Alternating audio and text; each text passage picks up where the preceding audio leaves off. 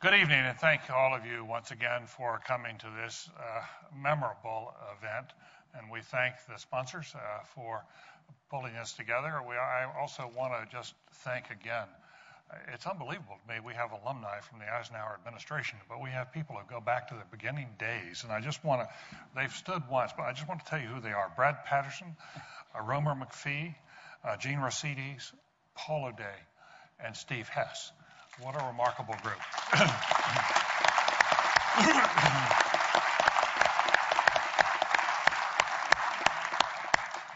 And thank you for what you've done for our country. Coming here this evening, I was reminded again and again of a trip that I was blessed to take back in May with Secretary of Defense Bob Gates to Abilene. I'd never been there before, and I had a chance to view the Eisenhower home where he grew up. And it was incredible. It was a tiny little place, I think about 1,250 square feet. And there in that house where when he grew up, there were two parents, often two grandparents, and 6 strapping boys, 1,250 feet. There was a reason why he spent a lot of time outdoors as he grew up. But equally memorable was the speech that Secretary Gates gave there, in which he went quite purposefully to recall the Eisenhower farewell and the meaning of the Eisenhower farewell and the warnings about the military-industrial complex. And he echoed that speech throughout as he pledged to find a new balance in America's armaments and a new balance in the way America conducts itself in the world.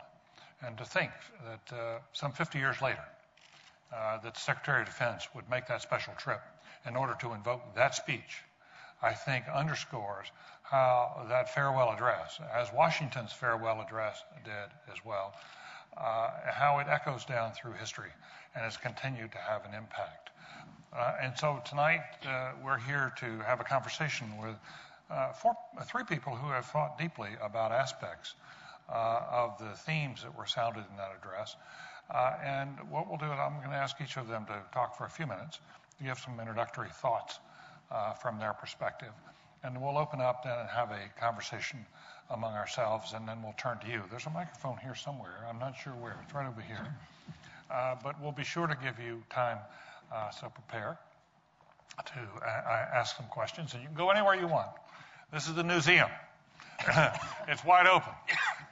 If you can have the practice of a high standards of journalism without all the viciousness of the blogs, we would welcome that. But let's go directly to Evan Thomas, who is now at work, I think on your 7th book, Evan, but it's a biography of Dwight Eisenhower. And Evan, of course, has written and thought deeply about these issues for a long time with Newsweek, but he's made a name for himself as a writer and as a thinker. So, Evan, I'm really looking forward to hearing your perspectives. Give us some context for the speech, and then you can bring us into the modern day. Well, let me start with the modern day, because that's what jumps out at me. I was reading Bob Woodward's book about Obama at war, and it just jumped out at me how overwhelmed President Obama was by his own military establishment.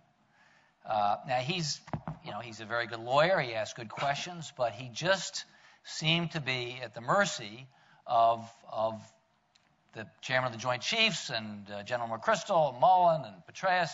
Not that they were venal men or even terribly manipulative men. They just seemed to have all the cards, and he didn't. I mean, as you may recall in that book, it's all about what we should do about Afghanistan. There's no discussion of getting out of Afghanistan. The discussion is, should we send 20,000 more troops or 40,000 more troops? The debate is absolutely laid out by the military. They decide to send 33,000 more troops. The issue is entirely framed by the military, and Obama seems helpless in this world. All I could think of was Dwight Eisenhower, who used to say about the military, "I know those boys." He'd been one of them. And I just some random quotes here. This is a letter he wrote Sweet Hazlitt, his friend Sweet Hazlitt. "Someday there's going to be a man sitting in my present chair who has not been raised in the military services and who will have little understanding of where slashes, not been raised in military service, and who have little understanding of where slashes in the estimates can be made with little or no damage. If that should happen, while we still have the state of tension that now exists in the world, I shudder to think of what could happen to this country. To General Goodpasture, he says, God help the nation when it has a president who doesn't know as much as I do about the military. Then to another speechwriter, someday there's going to be somebody sitting in this office who can't look at that defense budget and separate the phony things from the valid things, and I feel sorry for him because he is going to be at the mercy of the military-industrial complex. When I took over, military spending, defense spending during the Korean War had gone from about under $15 billion a year, $50 billion a year. Those sound like tiny numbers today, but that was a threefold increase in a couple of years. And Ike was just determined to bring it down. And military spending in those days was more than half of the budget. That's where the money was. And he did bring it down. But he did it under tremendous pressure to do the opposite. All of you familiar with, probably many of you familiar with NSC 68, this famous document written in 1950 that said we've got to be willing to spend to face the communist threat. They called for a $50 billion budget. Ike just resisted that. All these pressures all through his presidency, the missile gap, the bomber gap, Sputnik, Ike just had the sort of common sense to not panic. I was reading recently, he was reading an estimate that the Soviet army could sweep through Europe in 2 weeks, and he said, well, actually it took me 3 months to get through Sicily. And, he just had, and he did this, and this is the last point I want to make, he did this kind of in a low-key way. You may have noticed he wasn't the world's greatest speaker. He had a wonderful kind of confidence. He was so confident, really, about himself, that he had the confidence to not show off, to not need to prove how smart he was all the time. Famously, he went into a press conference once, and his press secretary was tugging in his sleeve and said, oh, they're going to ask you about this and they're going to ask you about that. And Eisenhower said, oh, don't worry, I'll confuse them. He was willing to appear even stupid if to at least have poor syntax if necessary, if it served a longer aim. He always had his eye on over the horizon, on the next thing. And he did it in this low-key way. He wasn't perfect. When he came in, we had about 1,000 nuclear weapons. When we left, we had about 20,000. You heard him say in the speech how disappointed he was on that front. He made mistakes. He was human, but he was pretty damn good. Thank you. Thank you very much, Evan.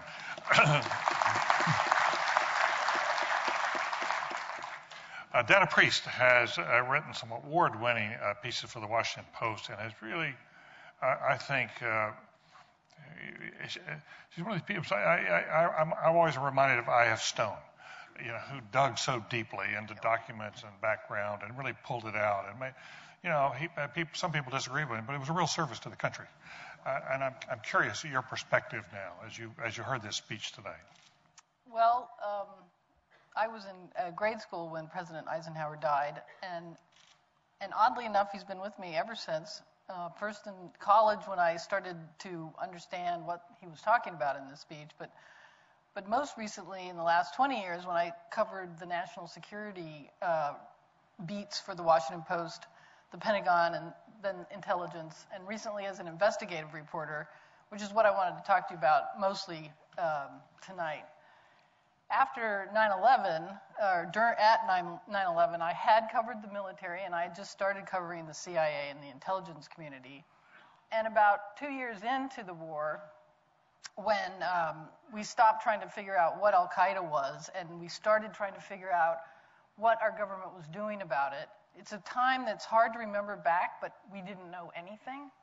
We didn't know about the secret prisons. We didn't know about what special forces were. We didn't know about strikes in the Pakistan region. We really didn't know much because the government was not willing to share it, and it was difficult to discover for reporters on the ground and then in Washington also. But those of us who've been doing it for a while said something's changing. We can feel it.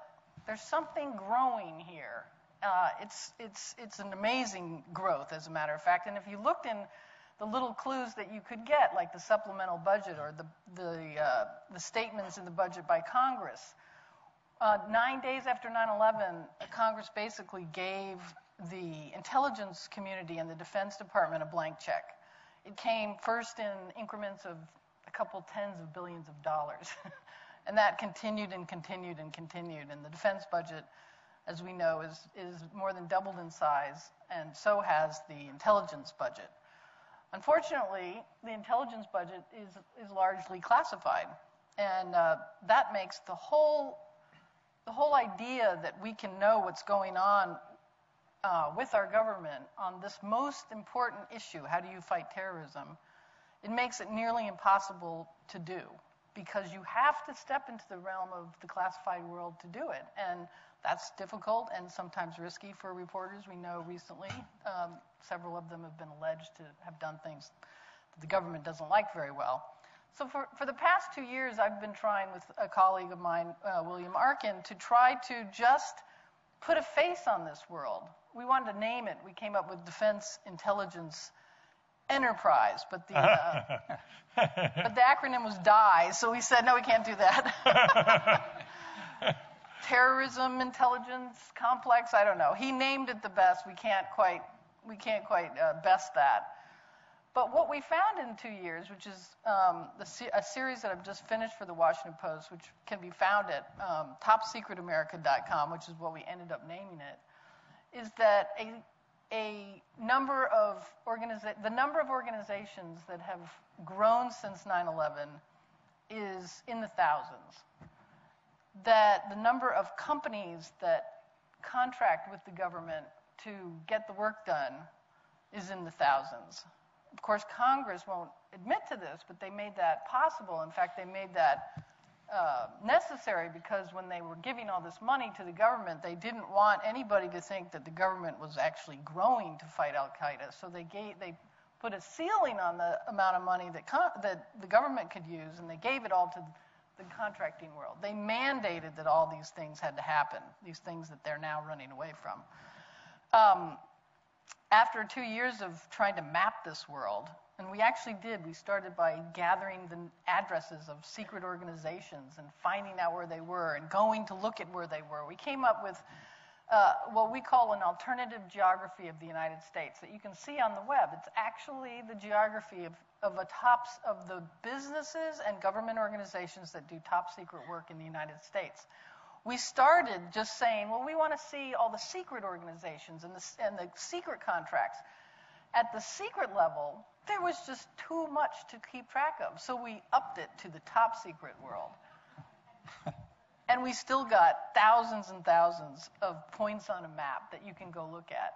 And you see how the universe of the United States changes. The capital is actually not in Washington. It's near Washington, around the National Security Agency, which is the agency that grew the most after 9/11, being very helpful in eavesdropping overseas on very quick targets, Al-Qaeda, and little targets, not big armies.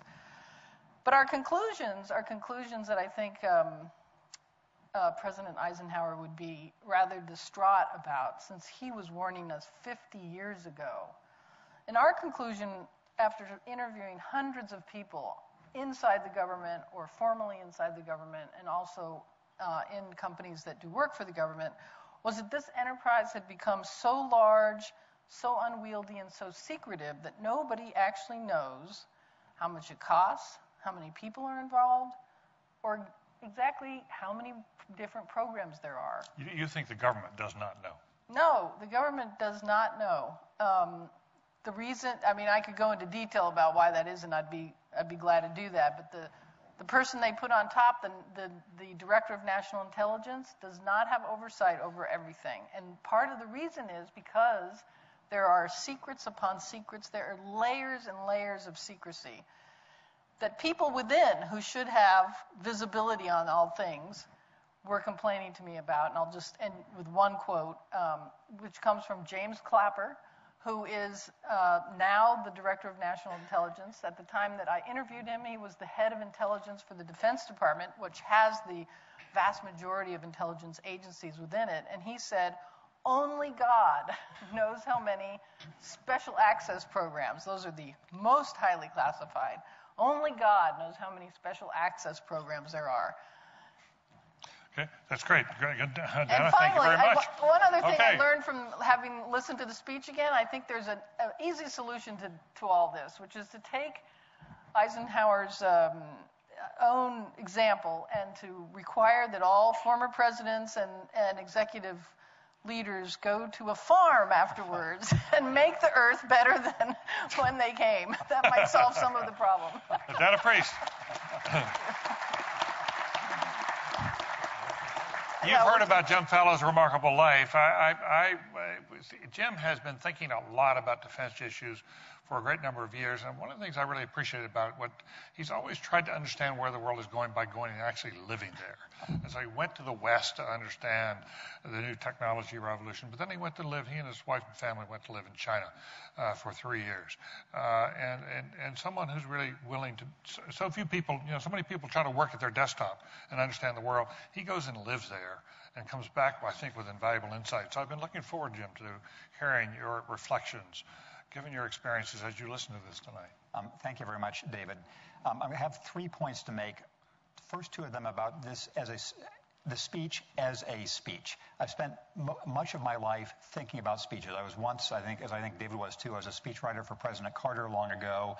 I've thought a lot about speeches, criticized some, admired others. So I'm going to talk about what we think about this as a speech. And then finally, as David's suggesting, I've also spent a lot of my life thinking about the elements of American national strength and renewal in the long run, and what we think 50 years later in the prescription that Dwight Eisenhower was laying out.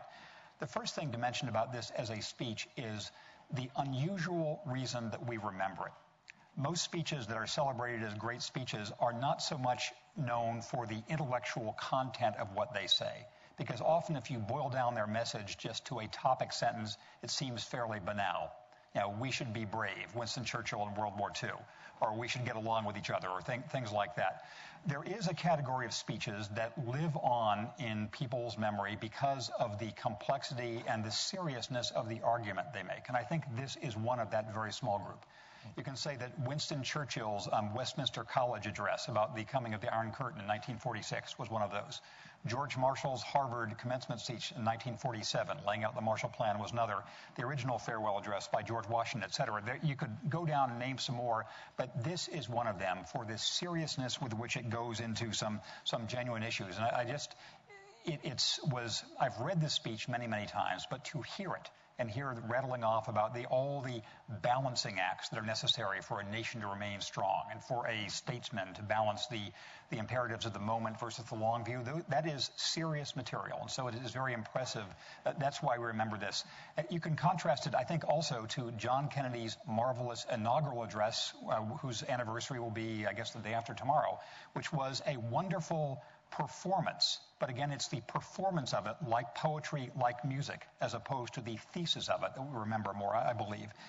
Second, as we look at the texture of this speech, I think it is remarkably carefully and in some places beautifully written because of in a way that didn't come across so much when Eisenhower was actually saying it, because of the sort of plainness of his delivery. It's written not in statesman-like language, but plain, specific language. There's one passage that I think is just remarkable. And if someone else than a former five-star general were delivering these words, you'd think they were seditious, left-wing, etc. Down the long lane of history yet to be written, America knows that this world of ours, ever growing smaller, must avoid becoming a community of dreadful fear and hate, and be instead a proud confederation of mutual trust and respect. Such a confederation must be one of equals. Again, imagine Barack Obama trying to say this. The weakest must come to the conference table with the same confidence as we do, protected as we are by our moral, economic, and military strength. Then this wonderful final sentence of this passage.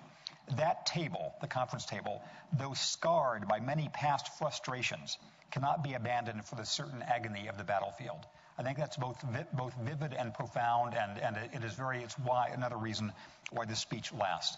Finally, my third point about the content part of Eisenhower's message that makes me wish a similarly serious treatment by a similarly influential and confident politician could be produced has to do with the part of the military-industrial complex that he did not mention during this speech. This speech was given, of course, in 1961, and he talked about the possible overreach from relying on the military for too many things. I look back and remember that in 1956, Dwight Eisenhower signed the National Defense Highway Act, or Highway System Act. In 1958, he signed the National Defense Education Act. In 1958, he also signed the creation of the Advanced Research Projects Agency. We look back on those as symbols of the infrastructure and the investment that America of mid-century in its golden age was giving to all of us. But again, even then, the justification for highways was National Defense Highways. For education was National Defense Education Act after Sputnik. For what became DARPA, of course, it was Pentagon-funded research. The point I'm making here, and this is where I will close, is that through America's history, we have often relied as the military as a tool of national purpose. You know, the forts, the military forts were part of the settlement of the West. The contracts for early Colt armaments were part of what built some of our machine industry.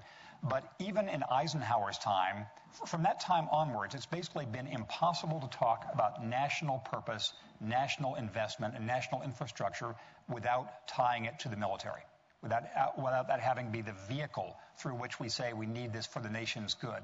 I would like to have another Eisenhower of this era talk about how we can recalibrate that balance and talk about national purpose, the things we need in energy or health or whatever, without making it the National Defense Improvement Act. So this is...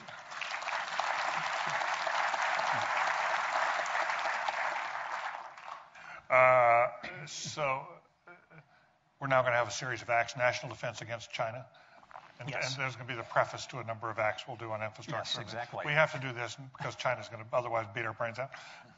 And on this point, one of my messages after living in China for these last few years is nobody should be that afraid of China. They have problems way worse than ours. Here's one anecdote I came across a day or two ago that I can't resist. If you wanted to imagine what it would be like for America to be strong in the way China is, first imagine every single person in the Western Hemisphere moving here.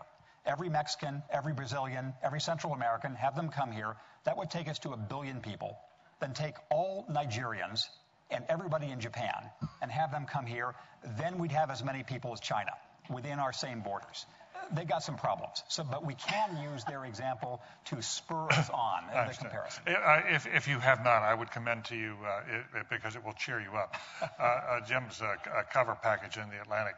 It was some months ago about American renewal and why he was more confident than many others are at the moment. But listen, running through this conversation is a sense that if Eisenhower were here today, he would be continuing to warn us because there are forces at work. I mean, Evan, you talked about the generals, running amok in Afghanistan and sort of controlling the president. And Danny, you talked about this secret America that is sort of it is an intelligence military complex.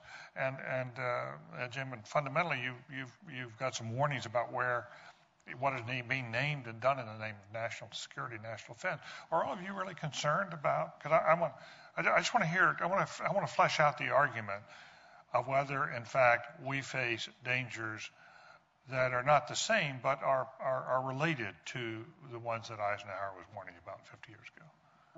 One thing that Ike was good about was just don't panic. Right. He had this ability to not get carried away with the moment. And make haste slowly. I think that was one of his favorite Make haste slowly. He was endlessly patient. He had a hair-trigger temper. Yeah. He could blow like a Bessemer furnace, but he was patient. It was kind of an interesting combination. And you compare that to the TV culture today, the talk TV culture, where everything is a crisis right away, every day, nothing but crisis. Ike would have just... He wouldn't have made it in TV culture. Right? He sure wouldn't have. He would have been befuddled by it. He kind of liked TV, actually. He used to watch TV every night with Mamie. But he liked, he watched the news and then go watch a Western. He was the same great guy.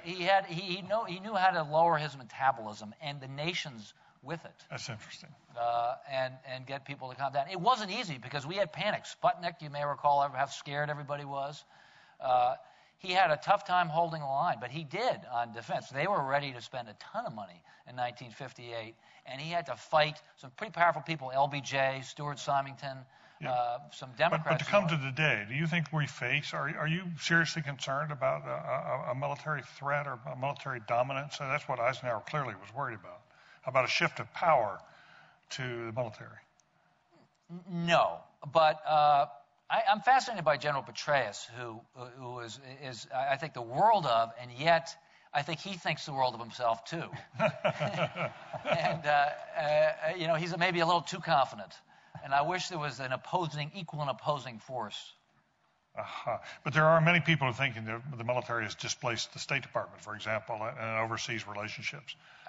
Absolutely. I mean, I think it was revealing that in Afghanistan and these rural reconstruction things, I forget what they're called. There are 40 of them. There's only one run by the State Department. The rest are done by the military. I mean, the military really have taken over. That's not all bad. A lot of these military guys are incredibly well-educated and impressive, but it makes me a little bit uncomfortable. And I got this feeling reading Woodward's book. I mean, even if you admire Mullen and McChrystal and all that, they just have this. It's just nothing but Joe Biden.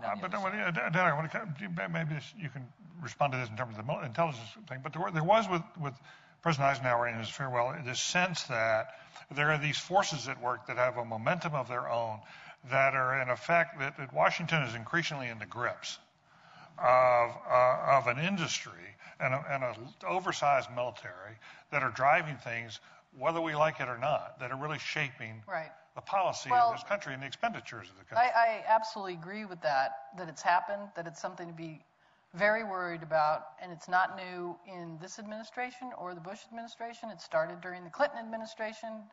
And I actually wrote a book on the whole subject in 2003 called The Mission, which talks about the expanding role of the military into non-military functions. And it happened because the State Department was atrophying. There weren't the sort of industrial-based support for it in Congress. The funding disparity, Ike talks about a balance. We are so out of balance now that it'll be a revolution to try to get back into balance. And at the same time, and that's just with money, but at the same time, the military, an incredibly professional organization, being able to get money from Congress, they not only expand their missions, but they educate their people. So they have professional schools that leaders go to.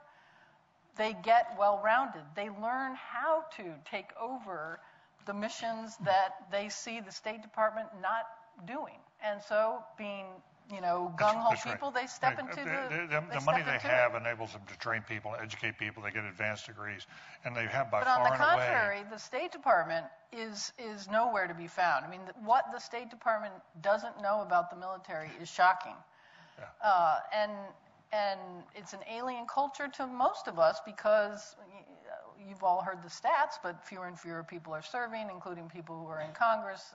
So it's a culture and an institution that's becoming more distant. Yeah, and just to continue that, I think that 3 of the breaks that Dwight Eisenhower would have taken for granted on the shift in balance between the military and other powers just are not part of our situation now. One, as Dana was just saying, was familiarity with the military culture. Now, in a way, we're more like the situation of, say, the 1920s or 1930s, when the military was its own little small world.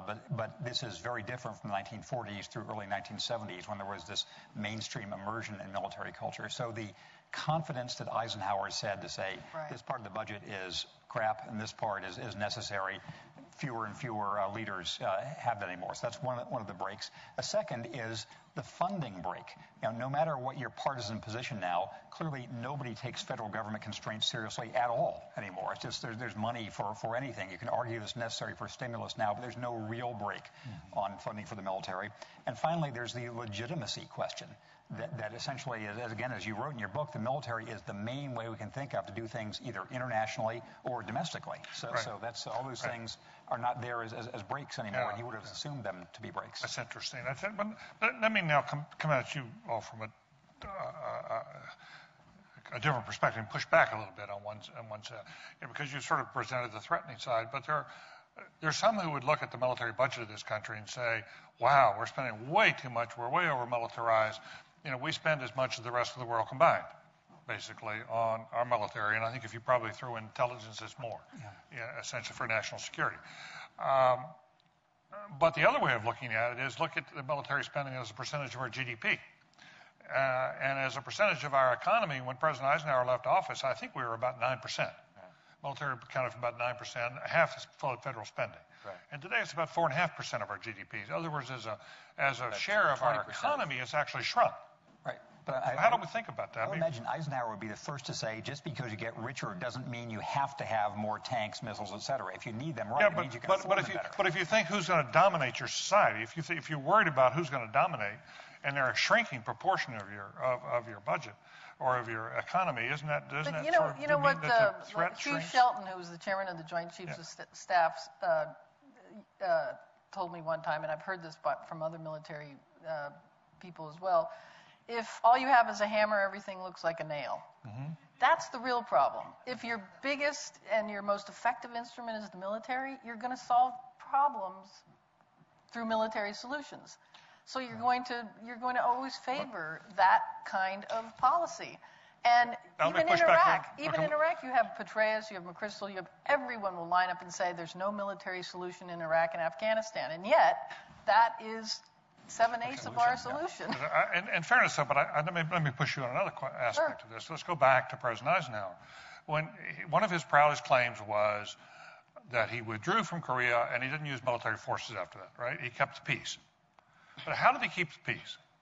He kept the peace through and you've written about this, Evan, he kept the peace through the CIA. He kept the peace by using sort of paramilitary forces out of the intelligence community. You know, we went into Iran, we went into Guatemala, we did other things in order not to use the military force. So isn't there an argument on the other side saying, well, no, that's the wrong alternative. The alternative is a non-military, but if you've got a nasty world out there, well, I mean, wouldn't you rather solve? Hey, David, he didn't do it. The CIA played a role, and he had troubles controlling the CIA. That's true. Right. But that wasn't the biggest piece. Right. The biggest piece was that he threatened to nuke everybody. Well, he did have that. But let's look at what's going on in Iran right now. Would you rather use military force to deal with Iran, or would you rather have the U.S. intelligence working with the Israelis to put worms in their centrifuges and make sure they can't? And they can't I'm for intelligence when it works, as in that case. Right. But as you know, the history of covert action is not success; it's lack of success. I think Iran is a wonderful exception. It sounds like they're doing great things here. But in Eisenhower's era, and they had some early successes in Iran and Guatemala that made the CIA think they could be kingmakers, but that was not true. They made a lot of mistakes. But did he not substitute the CIA for the military in order to get things done? Now, you may say that's the wrong solution. I think that's exaggerated. I think it's too simple? To some degree he did, but I don't think he was obsessively doing it. I don't think it was a huge part. He did a little bit of that, but again, the bigger issue was bluffing. He was a great card player. He was a great bridge player. In fact, he was such a good poker player. When he was in the military, he had to stop playing poker because he was fleecing too many other officers. And he was a brilliant bluffer, and he bluffed with nuclear weapons. That goes well with the presidency, right? It goes well with the presidency. The other thing that's so different from then is the internet and the power that it gives investigative journalists, other journalists, to know secrets. And this is an issue that we are most familiar with in the WikiLeaks example, but it's really hard these days to keep a secret. There's so much out there already. Our project that we put together was largely done using public sources. The government doesn't realize how much is out there. And with 24-hour news and reporters everywhere, it is hard to keep a secret these days. And so I don't think you could pull off something. Your comment, it looks like the CIA might be doing a good job in Iran, is a good example of that. There's been no actual confession, if you will, that they're doing anything in Iran, and yet we all seem to think that's true because our investigative reporters know how to dig a little better than they did back then. It doesn't seem that they're making it quite as secret as they might either. Well, I mean, if you like read the New I York think Times it's very report hard this to Sunday, keep a secret. We know the whole contour of the global war on terror. But the point is, aren't there uses of intelligence where you may want to use intelligence rather than using your military. You may want to use the State Department. You may want to use all three. And this would fit exactly with the leitmotif of Eisenhower's speech, which was balance in all things. Yeah. You need to have a sort of sophisticated, coordinated approach. And here we've mentioned a couple of times, all of us, how the disadvantage that our current President Obama has in dealing with the military. It's worth saying this. I think he is the closest temperamental match to an Eisenhower that we've had in a long time. I was watching a video a couple days ago of some question he had from George Washington University students, and somebody asked him about dealing with the news. And Obama said, the hardest thing is that the news is always about what's happening an hour from now, what's happening tomorrow morning, and the most important things I do are for the little tiny steps that are going to matter 10 years from now or 20 years from now, which sounds to me something And if you read his piece today in the Wall Street Journal on regulatory state, it's all about balance. It's all about striking balance. Again and again he uses that. I was listening to the speech tonight. I was really struck. Wow, there's a real parallel. It's interesting. Let me ask one final question, and then we'll open this up. And again, I think the microphone's over here. This week we're commemorating not only, of course, the President Eisenhower's farewell, but John F. Kennedy's hello and his inaugural address that occurred 3 days after the Eisenhower farewell. Bill Galston, who's sort of a resident political philosopher here in D.C., asked me an interesting question yesterday. If you looked at the Eisenhower farewell address and the Kennedy inaugural address, which was the wiser speech? Which was the wiser speech? Let me pose that to you all. JFK's speech was a wonderful performance, and it did inspire many, many, many people. But its promise was we're going to bear every burden and pay any price. It was a prescription for getting us into Vietnam, has been pointed out many times. We went too far out there. We thought we could save the world, and we couldn't. In that light, Eisenhower's speech does seem wiser because it's more cautionary. It's more, let's not get carried away here. They're very different speeches, and Jim has pointed this out. They're each great in their own way, but the one that got all the attention at the time obviously was JFK's. Still does.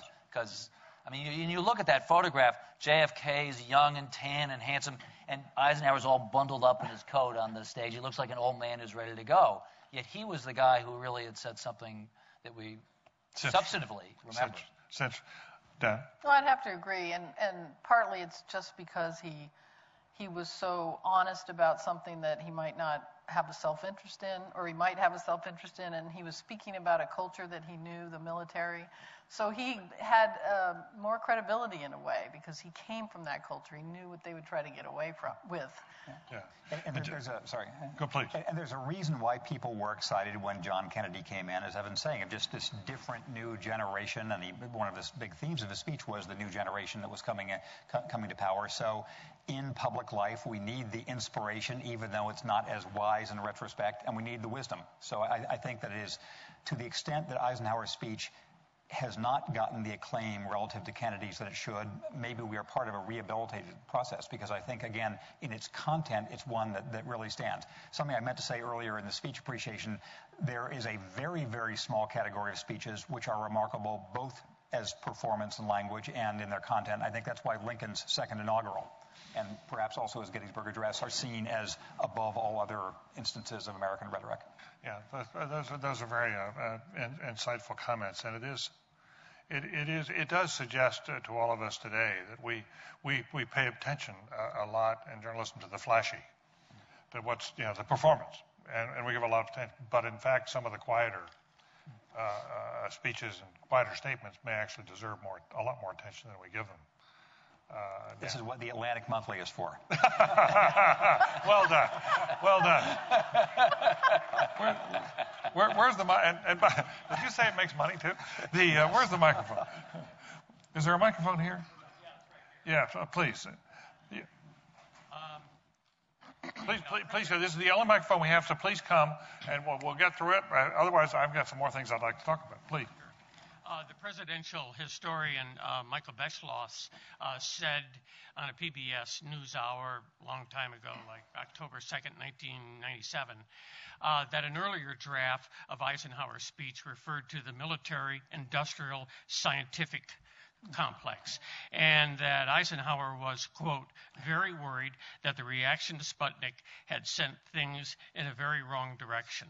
I wonder what you thought that what Michael Beschloss was thinking about. Was he thinking about Eisenhower's concern for the Sputnik event, which would fuel the Cold War? Or was he concerned about a line in Eisenhower's speech where he talked about the scientific, technological elite? To say one thing there, I had always understood the missing word to be the military-industrial congressional complex, but maybe that's in a different address. But I think one part of the speech which does sound strangest in retrospect is his fear about the scientific elite, which I think doesn't really resonate with how we think now. Well, one thing that's puzzling about that, Eisenhower was very good at using scientists. He had his own science advisor. He was always smart about technology himself. He recognized the importance of the ICBM. So he was good at using science. He had more control over science than you think of most chief executives having. Maybe that made him, at the same time, knowing what science could do, maybe it made him wary. It is a time of extraordinary scientific advance, particularly in weaponry. I mean, in the course of his administration, they go from prop planes lumbering along towards the Soviet Union to missiles that can do it in 30 minutes and destroy the world. We go from the capacity to do a lot of damage to each other to ending the world in those 8 years. So he has a high respect for the power of science to deliver. I think in that generation too, there was this fear. I mean, Arthur Schlesinger Jr. used to write a lot about the real task of leadership is to stay ahead of technology. Well, the arms race, I mean, any military guy like this knows the arms race favors offense, and it's a perpetually reinforcing, forward-spinning kind of scary thing to contemplate. And as I mentioned earlier, one of the failures of his administration was that the building of nuclear weapons got out of control. He was shocked in 1960. They put together our plan for bombing the Soviet Union into one plan called the Strategic Integrated Operating Plan, the SIOP. And Eisenhower was briefed on it and went, holy smokes, because we were making the rubble bounce all over the Soviet Union. He got out of control. He lost control of that element for a lot of complicated bureaucratic reasons. And so he had reason to be fearful of the power of science and the military to do scary things. Thank you. Thank you. Please. His farewell address, great speech. Realistically, could it have been much more effective if it had been his midterm speech? Why was it at the very end when he couldn't actually kick somebody's butt and say do something?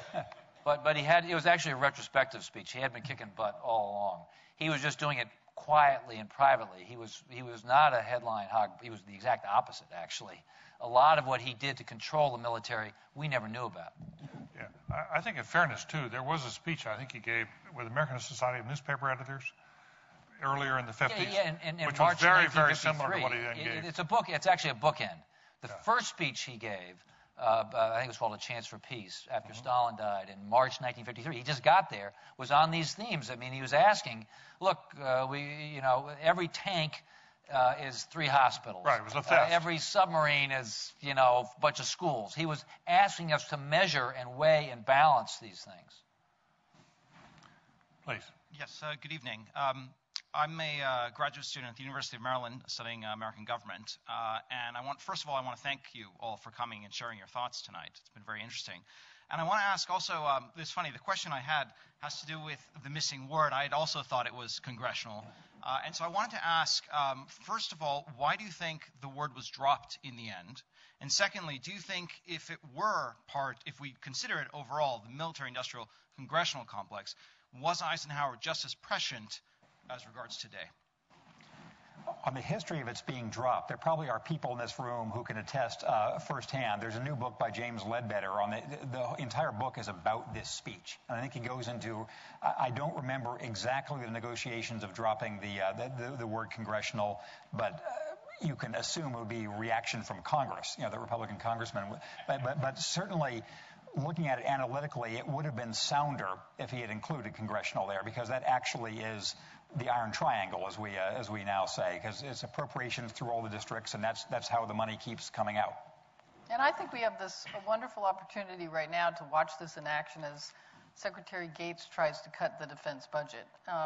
Walter Pincus, who's here today, had this wonderful story in the Washington Post, I think it was yesterday, about efforts to do that and the rise against that in certain communities. This one happens to be a marine project. So you're going to see that happening, and Congress plays a pivotal role in that. It's become a jobs program.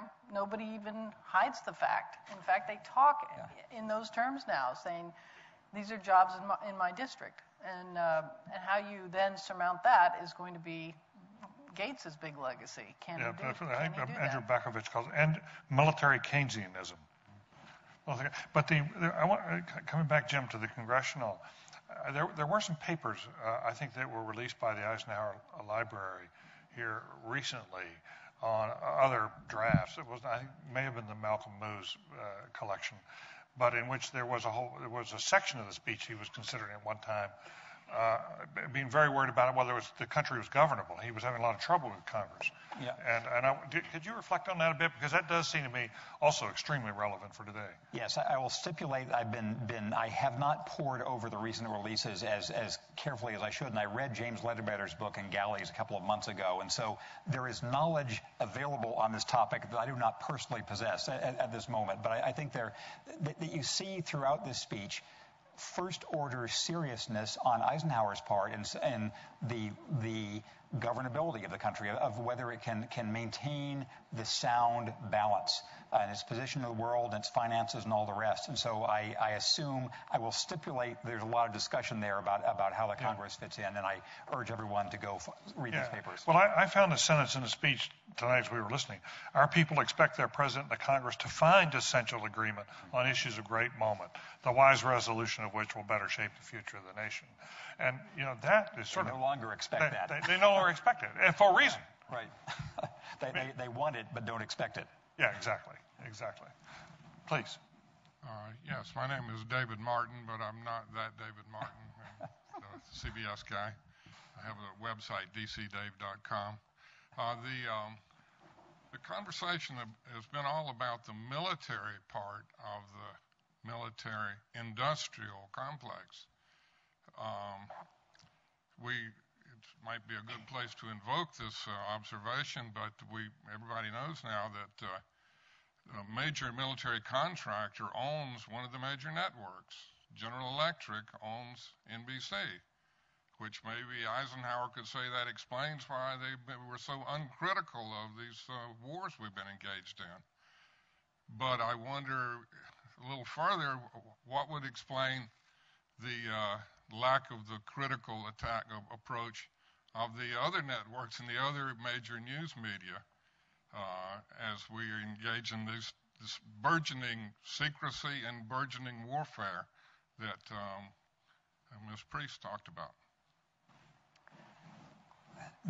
We could have a session many, many times this long about how the press and the public have responded to the challenges of the past 10 years and what sort of information was available when. I think all of us in our different ways have tried to raise the questions you're talking about in real time, before the invasion of Iraq and the other. I think, however, the reasons, while complicated, are not fundamentally about corporate ownership. I think there's a lot of other reasons that I would place above that in when the press fails to report things, and also significantly the public fails to listen to them or pay attention to them. So I'd be happy to talk about this later on, but that's my opening gambit. Evan, you wrote about this in Newsweek, and as you went back and looked at what is it about us that you felt and I felt that a lot of us got too close to cheerleading going before Iraq. Yeah, I mean, I think I just could see it in Newsweek in my own newsroom. Yeah.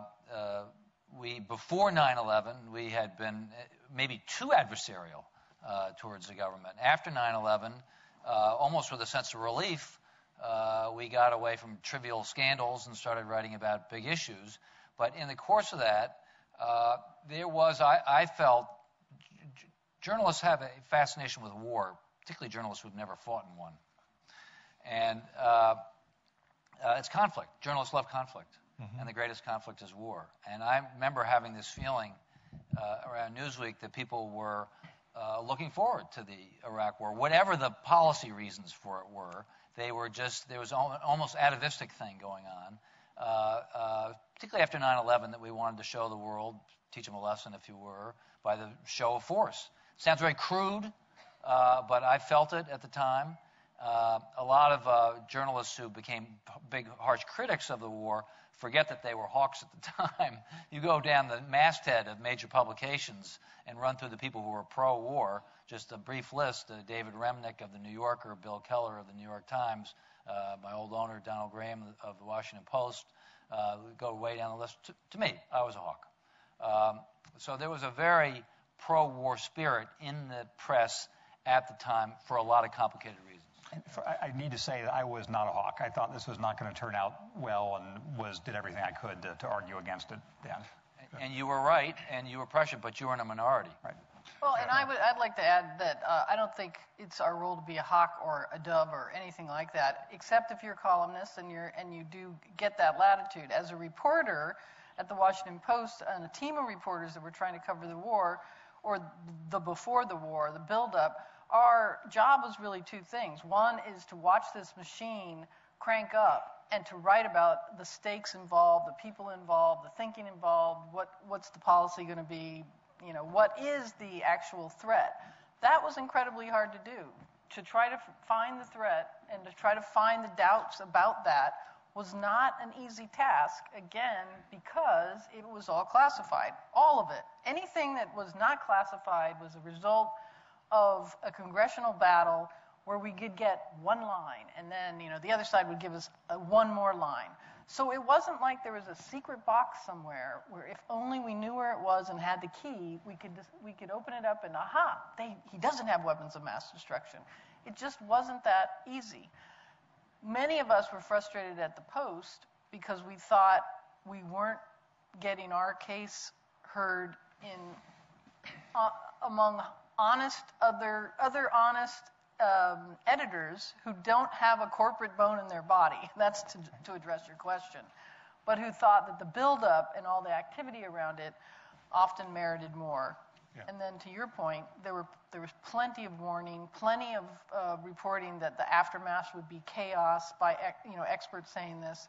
And for some reason that just did not resonate with people the same way this other coverage did. Including with editors. I mean, there were people, Jim, Walter Pincus, who's here, warned. I mean, there are definitely people in the press who are warning. But the overall coverage, the headlines, the thrust of the coverage was pretty uncritical. I agree with that. I want to go to the other part of the question, though, and that is whether the corporations that are getting, the defense contractors and the intelligence contractors, I guess they're now called, I don't know what they're called, whether they have acquired a certain quiet, secret power that they can exercise through their members of Congress, through their districts, in which there's momentum for weapon systems, there's momentum for other kinds of black box things, for new technologies that just sort of go on and on that nobody really knows about, but they have a grip on the budget. And if you're really coming down to having to make hard choices about social programs, as we're going to be doing here, how do we open this up, and how do we loosen the grip? And well, how serious is the grip, and how do you loosen it? I definitely think there's a serious grip. It's not because people are nefarious. It's probably not because they're looking to make a buck. It's because they're in this club that is a secret society. It's a classified world, and they depend on other people within that world. The first thing to do to open it up is to realize that most of the terrorist experts on television are not neutral. They make their money off of counter-terrorist technologies and policies. And they are rarely ever identified with how they really make their money. I mean, I'll give you one of my favorite examples is former Department of Homeland Security Chief Chertoff, who has the Chertoff Group, and who's raided many of the former DHS hierarchy. He took it with him. he's very professional. I don't have any doubt that he's trying to do the right thing, but he's on the television giving educated opinion, but he's never identified as, a consultant for various government agencies that do this business. So I think at the very minimum, people should disclose what their business ties are to what they're saying. Yep. So if you know anybody at CNN, you could have them start doing that. Well, it's an issue that CNN has wrestled with. I mean, I to their credit, they have really cracked down now because they felt, and I think rightly, as other news organizations have felt, we've got to clean this up. We've got to make sure that people are properly identified. But I do think that it's sometimes the associations are, you can have the Chertoff group up there underneath it, but it doesn't say anything. It doesn't really explain anything, right. Does it? You can identify who he works for, but and there's a hard problem for television is then how do you then, given the fact you've got such limited time, how do you really, if you go back and really work through what this person does, it takes you 3 minutes to get there. By the time the segment's over, it is a problem. And I think that the internet is a place where more could be done for disclosure and affiliations and that sort of thing that would be informative. That you could be thinking about, but I want to come back to this. It's not just a press question. It is, it's really the question of these organizations. Yeah, they have their spokesman out, but there are a lot of these organizations don't want to get in the press, and their contractors. We don't have any, and they're doing an awful lot of things in the field. I don't know how many people we have in Afghanistan and Iraq right now who are not military people; they're contractors. And you can't learn what they do because their contracts are classified. That's why Congress and its oversight is uniquely important.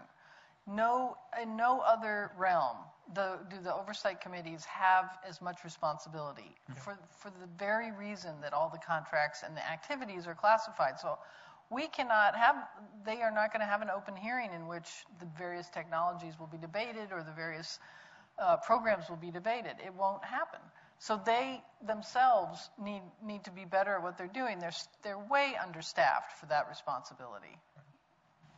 But Evan, the number of people in the field, say in Iraq and Afghanistan, there have been almost as many people who are contractors as military forces. Yeah, and that's a change, I think. I mean, at the CIA, they talk about the green badges and the blue badges, I forget, but the contractors outnumber in many areas in the CIA the full-time career staff there.